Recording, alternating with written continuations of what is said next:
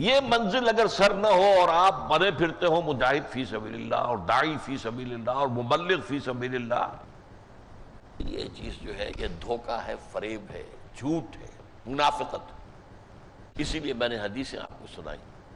حضور نے فرمایا المجاہد من جاہد نفسہ، اصل مجاہد تو ہوئے جو اپنے نفس کے خلاف جہاد کرے۔ نفس کو آپ بھولے ہوئے اور جہاد کر رہے ہیں اللہ کے دشمنوں سے۔ اللہ کا دشمن آپ کے اندر بیٹھا ہوا ہے، اسے آپ نے لگام دی نہیں ہے، وہ آپ سے جو چاہتا کروا لیتا۔ المجاہد من جاہد نفس۔ اور ایک اور حدیث میں فرمایا، آپ سے پوچھا گیا ای الجہاد افضل یا رسول اللہ، سب سے افضل جہاد کون سا ہے اللہ کے رسول؟ یہ فرمائیے صلی اللہ علیہ وسلم۔ جواب سنیے، ان تجاہد نفسک فی طاعت اللہ، سب سے افضل جہاد یہ ہے کہ تم اپنے نفس کے خلاف جہاد کرو، اسے اللہ کا مطیع بناؤ۔ وَأَمَّا مَنْ خَافَ مَقَامَ رَبِّهِ وَنَهَى النَّفْسَ عَنِ الْهَوَىٰ۔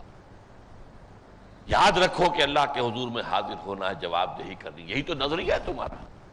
اصل زندگی تو آخرت کی زندگی ہے، اور قیامت کے دن حساب کتاب ہوگا، اس کو یاد رکھو اور اپنے نفس کی لگامیں کھینچ کر رکھو، نفس کو کچلنا نہیں ہے۔ میں نے ابھی بتایا انگریزی میں یہ دو اصطلاحات جو بڑی اہم ہیں، سیلف اینیہیلیشن، یہ راہبوں کا، رہبانیت کا طریقہ ہے، اسلام نے اس کو رد کر دیا۔ نہیں، یہ بھی اللہ کا عطا کردہ ہے ہمارے پاس، یہ گھوڑا ہے، اسے استعمال کرو، صحیح طریقے پر استعمال کرو۔ گھوڑے کو مارتے تو نہیں، گھوڑے کو سدھاتے ہیں، گھوڑے کو کنٹرول کرتے ہیں، گھوڑے سے کام لیتے ہیں۔ اس سے زیادہ جو ہے متوازن تعلیم ممکن نہیں، ورنہ تو نفس کے خلاف، نفس کے خلاف، نفس کے نہیں بھائی، اس نفس کا بھی تم پر حق، وَإِنَّ لِنَفْسِكَ عَلَيْكَ حَقًّا، تم پر تمہارے نفس کا بھی ایک حق ہے۔ حضرت عبداللہ ابن عمرو بن العاص رضی اللہ تعالیٰ عنہما بہت درویش منش انسان تھے، بہت درویش، زاہد، عابد، ساری رات کھڑے رہتے تھے نفل نماز میں، اور ہر روز روزہ رکھتے تھے، نہ بیوی سے کوئی سروکار، نہ آنے جانے والوں سے کوئی سروکار، نہ دوستوں سے کوئی سروکار۔ حضور کو اطلاع دی گئی، حضور نے طلب فرما لیا، یا عبداللہ اولم اخبر انک تقوم اللیل وتصوم النہار، مجھے یہ اطلاع پہنچی تمہارے بارے میں کہ تم پوری رات نماز پڑھتے ہو اور ہمیشہ روزہ رکھتے ہو۔ عرض کیا حضور ایسا تو ہے؟ فرمایا لا تفعل، ہرگز مت ایسا کرو، فإن لنفسك عليك حقا وإن لزوجك عليك حقا وإن لزورك عليك حقا، اس لیے کہ تمہارے نفس کا بھی تم پر حق ہے، تمہاری بیوی کا بھی تم پر حق ہے، تمہارے ملنے والے جو آئیں ان کا بھی تم پر حق ہے، لیکن اس نفس کو کنٹرول میں رکھو۔ اس کو ہم کہیں گے self control, self annihilation versus self control. لیکن یہ کہ یہ جس قدر منہ زور گھوڑا ہے، اس کے بارے میں مولانا روم نے بہت صحیح تعبیر کی ہے، بڑا پیارا شعر ہے، نفس ما ہم کم ترس فرعون نیست لیکن او رعون نیرا عون نیست، میرا نفس بھی فرعون سے کم نہیں۔ فرعون نے کہا تھا لیس لی ملک مصر، کیا مصر کی حکومت میرے اختیار میں نہیں ہے؟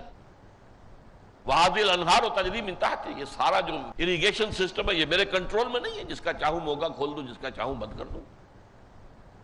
اسی طرح میرا نفس کہتا ہے اس جسم کے اوپر میرا حکم چلے گا، میں حاکم ہوں۔ یہ بھی خدائی کا دعویٰ کرتا ہے، میں نہیں جانتا خدا ودا کون ہے اور جائز ناجائز کس بلا کا نام ہے، میری مرضی پوری کرو، میری خواہش پوری کرو۔ نفس ما ہم کم ترس فرعون نیست، لیکن فرعون کے پاس لاؤ لشکر تھا، فوج تھی، جسے پنجابی میں بھی مدد کہتے، مدد آ گئی تو وہ عون، لاؤ لشکر اس کا، لہذا اس نے زبان سے بھی کہہ دیا انا ربکم الاعلی، میں ہوں تمہارا آقا، سب سے بلند آقا، حاکم مطلق، میں درویش ہوں، میرے پاس فوج ووج نہیں ہے، میں زبان سے تو کچھ نہیں کہہ سکتا، لیکن دل میرا نفس یہی کہہ رہا ہے کہ یہ میری مملکت ہے، میں اس میں کسی اور کی دخل اندازی گوارا نہیں کروں۔ تو پہلا جہاد نفس کے خلاف جہاد۔ اب اس کے ساتھ دو ذیلی جہاد اور ہیں۔ اس نفس کو بھڑکانے والی ایک طاقت ہے جس کا نام شیطان ہے، بڑا عالم اور زاہد تھا، بہت اونچے مقام پر تھا، لیکن جب سجدے کا حکم دیا گیا حضرت آدم کو سجدہ نہیں کیا، اللہ کے حکم کی خلاف ورزی کی، راندہ درگاہ ہو گیا، لیکن اس نے قسم کھا لی کہ میں اس آدم کی اولاد کو گمراہ کر کے رکھوں۔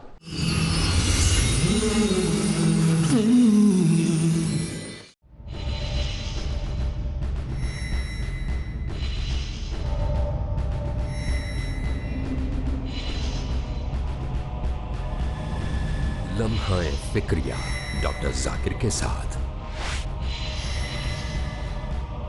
راہ نجات۔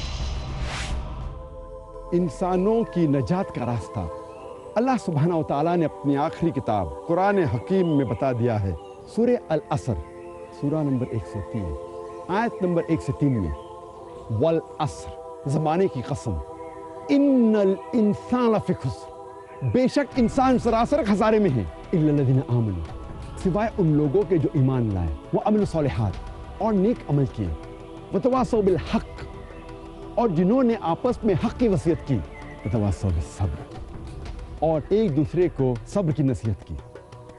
کسی بھی انسان کو جنت میں جانے کے لیے کم سے کم ان 4 باتوں پر عمل کرنا ضروری ہے: ایمان، نیک اعمال، ایک دوسرے کو حق کی وصیت کرنا، یعنی